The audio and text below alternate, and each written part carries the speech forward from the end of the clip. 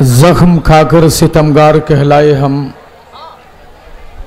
फूल थे और तलवार कहलाए हम, सारी कुर्बानियाँ रायगा हो गई, जान देकर भी गद्दार कहलाए हम। दोस्तों, मैं कोई तकरीर करने के लिए नहीं आया हूँ, इसलिए कि मैं तो हाजी आरिफ साहब ने जो चेयरमैन है डासना कस्बा के, उन्होंने मुझे हुक्म दिया तो मैं यहाँ हाजिर हुआ। लेकिन एक बात जो मैंने महसूस की मैं वो अर्ज करना चाहता हूँ। तमाम वक्ता जो हमारे बाद यहाँ स्टेज पर तशरीफ रखते हैं और मेरे बाद वो यहाँ तकरीर करेंगे, मैं उनसे एक गुजारिश करना चाहता हूँ कि दुनिया जिस तरह तुम्हें घुमा रही है तुम उस तरह क्यों घूम रहे हो। ये सियासी मंच है, उन्हें याद करना चाहिए कि आज बेरोजगारी का दौर है, लोगों के पास रोजगार नहीं है। यूट्यूब चैनल जो होता है, बहुत लोग ऐसे हैं कि यूट्यूब चैनल बनाकर वहां पर जहरीली तकरीरें सिर्फ इसलिए करते हैं ताकि उनका चैनल चल जाए और उनकी रोजी रोटी का मसला हल हो जाए। उसका जब आप यहां से देते हो तो उसका गलत असर पड़ता है। आपको जान लेना चाहिए कि आप वो बोल रहे हो जो आपसे बुलवाया जा रहा है।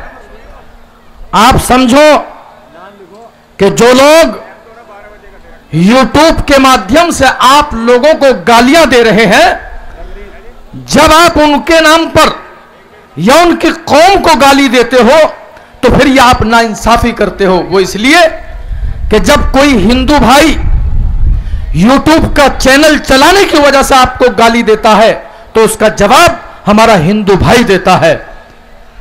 सारे लोग एक जैसे नहीं होते, हमारे हिंदू भाई भी हमारे साथ खड़े हैं। और सुनिए, ये लड़ाई आप किसी का नाम लेकर क्यों लड़ रहे हैं? अभी पत्रकार बंधुओं ने मुझसे पूछ रहे थे कि साहब आपकी पार्टी को तो वोट कटवा कहा जा रहा है, आप क्या चाहते हो? मैंने उनको जवाब दिया, जरा गौर करो, यही जवाब देना चाहिए।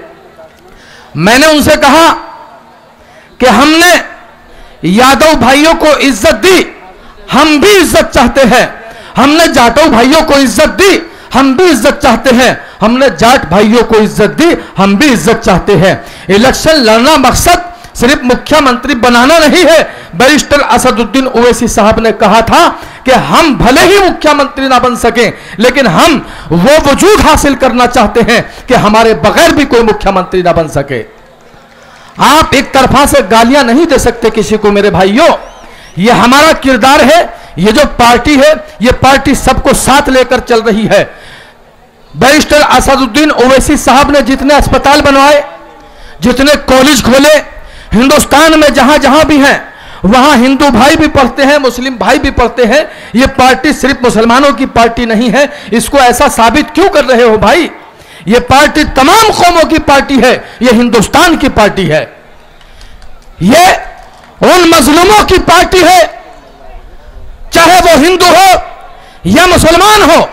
ये पार्टी उन लोगों की पार्टी है कि जिनके साथ जुल्म हुआ है और जिनकी चीखें दोस्तों आज आपको आवाज दे रही है और आपसे कह रही है। देखिए, यह पार्टी सिर्फ उन लोगों की नहीं है जिनके साथ हक तलफी हुई है, बल्कि उन बहनों की भी है जिनकी मांग के सिंदूर मिटा दिए गए।